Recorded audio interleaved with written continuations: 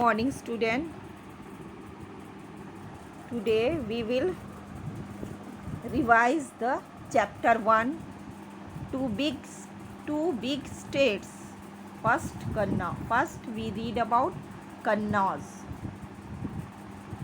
Harshvardhan 606 to 647 CE. King Harshvardhan was born in 606 CE after the death of his father Prabhakar Vardhan. Harshvardhan's elder brother Rajvardhan ascended the throne of Thaneshwar. However, Rajvardhan was killed by the king of god Shashank. Their sister Rasri was imprisoned by the king of Malwa, Devgupta. Under these circumstances, as advised by the leader of the kingdom, Harshvardhan shouldered the responsibility of Thaneshwar, present Punjab, Haryana. King Harshvardhan का जन्म 606 common era में हुआ था। अपने पिता के मृत्यु के बाद अपने पिता प्रभाकर वर्धन की मृत्यु के बाद हर्षवर्धन के बड़े भाई राजवर्धन को थानेश्वर के सिंहासन पर बैठाया गया। राजवर्धन को राजा गौड़ के राजा शशांक के द्वारा मार दिया गया। हर्षवर्धन की बहन राजश्री को किंग मालवा के किंग देवगुप्ता ने बंदी बना लिया। इन्हीं सब परिस्थितियों के बीच राज्य के नेताओं ने मंत्रियों ने सलाह दिया कि हर्षवर्धन के कंधे पे थानेश्वर की जिम्मेदारी डाल दी जाए। थानेश्वर जो अभी वर्तमान का पंजाब और हरियाणा कहलाता है। Immediately after ascending the throne, he decided to free his imprisoned sister Rajasri. In the meanwhile, she had escaped from the clutches of Devgupta and ran away into the Vindhya forest. He went in search for his sister, and with the help of the people living in the forest and a Buddhist hermit, Divakar Mitra, he stopped him from committing Shati. Since Rasri's kingdom, Kannauj, Uttar Pradesh, was without any king of that time, Harshvardhan became its ruler. Later he defeated Devgupta, the king of Malwa. सिंहासन पर बैठने के तुरंत बाद ही हर्षवर्धन ने अपनी बहन राजश्री को कैसे आज़ाद कराने का निर्णय लिया।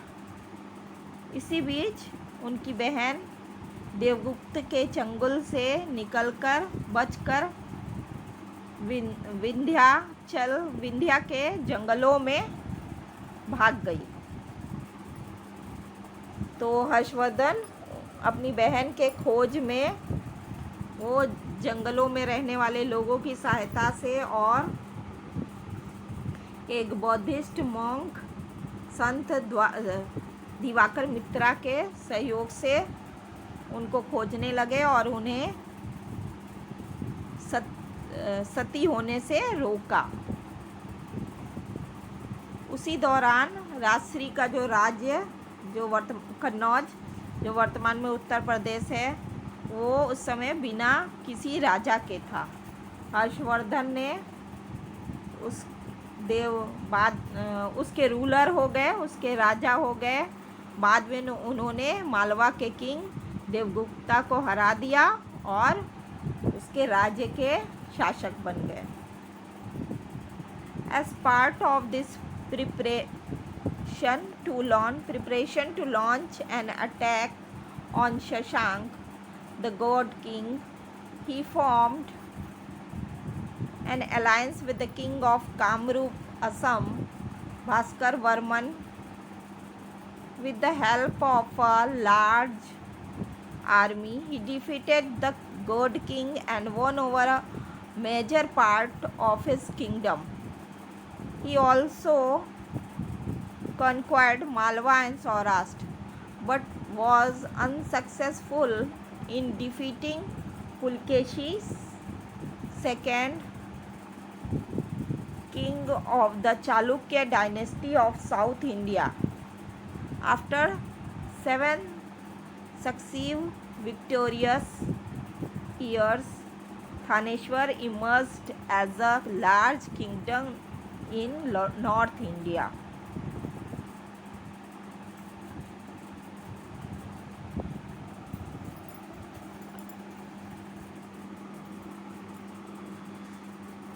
सिंहासन पर बैठने के बाद उन्होंने एज द पार्ट ऑफ इस तैयारी में उन्होंने राजा शशांक पर आक्रमण करने से पूर्व उन्होंने तैयारी की। गॉड किंग शशांक को हराने के लिए उन्होंने असम के राजा कामरूप के साथ असम जो कामरूप है बाद में असम के रूप में जाना जाने लगा, उसके राजा भास्कर वर्मन के साथ उन्होंने एक संधि की गॉड किंग शशांक को हराने के लिए। उन्होंने इसकी सहायता से उनको संधि करने के बाद उनकी जो सेना है वो बड़ी हो गई और उसकी सहायता से उन्होंने गॉड किंग को हरा लिया और उसके बहुत बड़े भाग पे राज्य पर अपना अधिकार कर लिया। और उन्होंने मालवा और सौराष्ट्र पर भी अधिकार कर लिया, पर वो पुलकेशी II चालुक्य वंश साउथ इंडिया के चालुक्य वंश के राजा पुलकेशी II को हराने में असफल रहे। 7 वर्ष के विजय, ये क्रमिक जो विजय रहा वो 7 वर्षों तक चलता रहा। उनकी जो विजय गाथा थी राज्यों को जीतने की वो लगातार 7 वर्षों तक चलता रहा और थानेश्वर जो है नॉर्थ इंडिया का, उत्तरी भारत का एक बड़ा राज्य बन गया।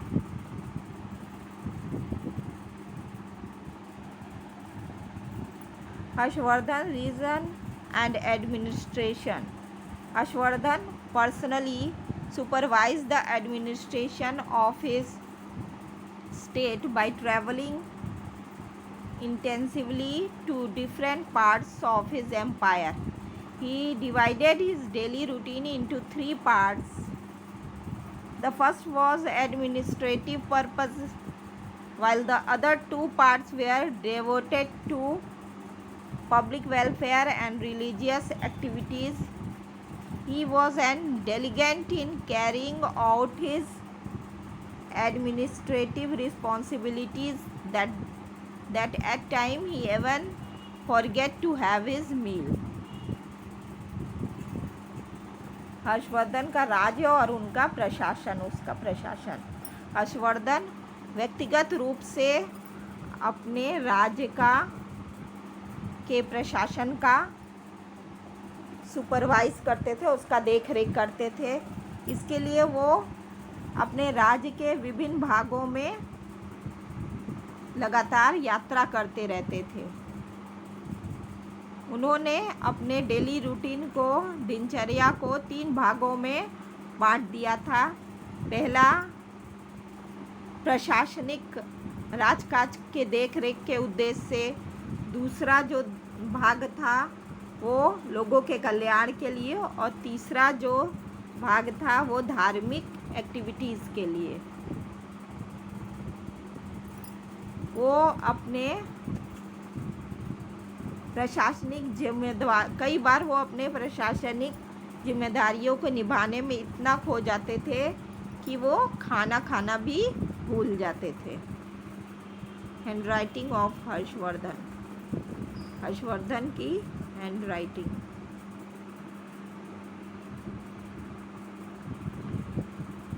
Imprints left by Harshvardhan, Harshvardhan द्वारा छोड़े गए चिन्ह। Harshvardhan built many rest houses, wells, step wells, lakes, mathas and viharas, and also prohibited animal slaughter.